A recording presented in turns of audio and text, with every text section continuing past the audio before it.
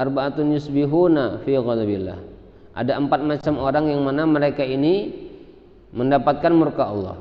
Pagi-pagi sudah dapat murka Allah. Wa yumsuna fi sakhatillah. Sore hari pun mendapatkan murka Allah, mendapatkan marah dari Allah. Maka sahabat bertanya, siapa mereka ya Rasulullah? 4 orang itu. Maka yang pertama al-mutasyabbihuna minar rijal binisa, yaitu laki-laki yang menyerupai perempuan. Setiap laki-laki yang menyerupai perempuan. Jadi laki-laki yang menyerupai perempuan itu pagi dia dapat laknat,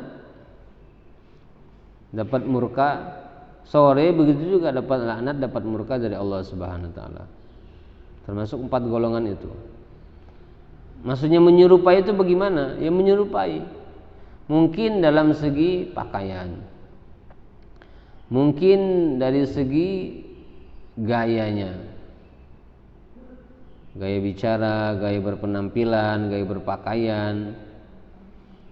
Makanya laki-laki itu tidak dibenarkan memanjangkan rambut melebihi punggung, melebihi bahu maksud saya. Tidak dibenarkan bagi laki-laki memanjangkan rambut melebihi bahu. Kalau sudah lebih panjang daripada bahu maka dipotong. Mesti dipotong karena itu sudah menyerupai wanita. Gondrong nggak masalah, gondrong, seleher, sebahu.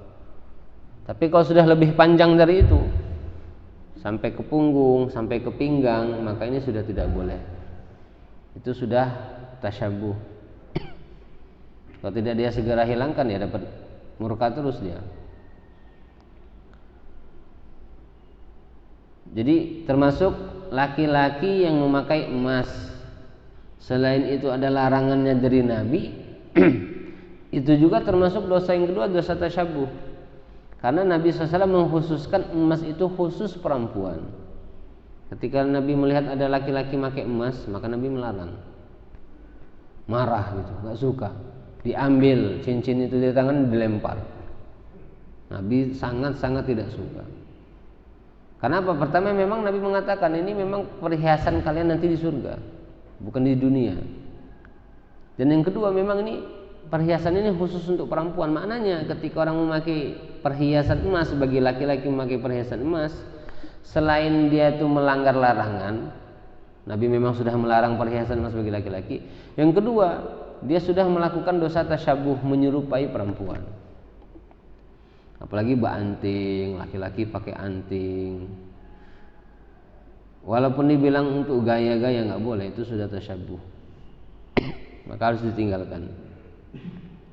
Termasuk juga laki-laki berpakaian sutra, nggak boleh. Nabi melarang. Sutra ini pakaiannya kita di surga nanti. Nggak boleh pakai sutra di dunia, tidak boleh. Kecuali perempuan. Karena sutra emas ini perhiasan, dan perempuan itu juga perhiasan gitu loh. Perempuan itu ya perhiasan gitu. Jadi wajar perhiasan itu dihias lagi supaya lebih indah. Nah, maka selain kita dosa melanggar larangan Nabi menggunakan sutra, dan juga ada tasyabuh di sana, maka tidak boleh. Dan semua bentuk-bentuk. Jadi intinya tasyabuh itu ketika perkara itu memang menjadi ciri seorang wanita, kemudian laki-laki pun mengamalkannya, melakukannya, maka itu namanya tasyabuh. Wal mutasyabbihati minan nisa'i birijal. Kemudian sebaliknya, perempuan-perempuan yang menyerupai laki-laki. Dan ini perempuan tapi menyerupai laki-laki, maka ini pun sama, mendapatkan murka Allah pagi hari, sore hari. Maksudnya bagaimana? Ya sama. Apa saja yang menjadi ciri khas laki-laki maka tidak boleh diamalkan, dikenakan, dipakaikan oleh wanita. Jadi kalau laki-laki itu kan apa namanya? Contohnya apa laki-laki itu? Yang khusus laki-laki.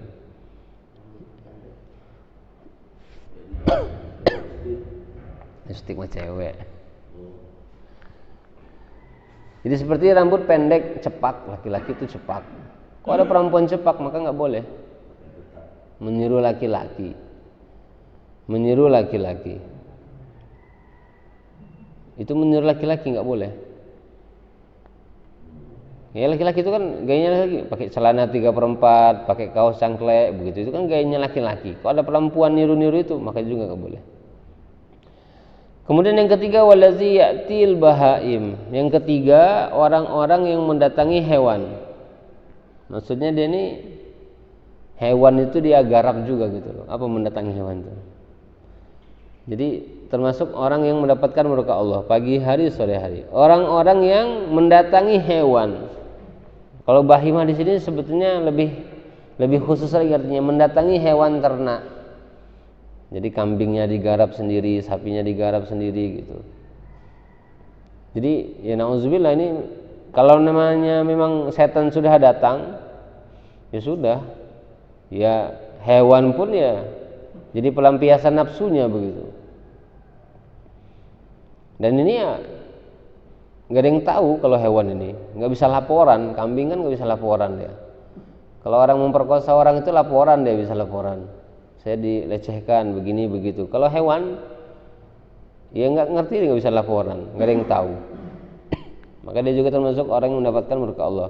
Kemudian yang ketiga, wallazi ya'ti zakar, yakni al-liwat, yaitu seseorang yang mendatangi laki-laki, maksudnya liwat. Jadi itu 4 orang kata Nabi, pagi hari dia mendapat murka, sore hari mendapat murka. Laki-laki yang menyerupai perempuan, yang kedua perempuan yang menyerupai laki-laki, kemudian yang ketiga orang yang mendatangi hewan, kemudian yang keempat laki-laki yang mendatangi laki-laki.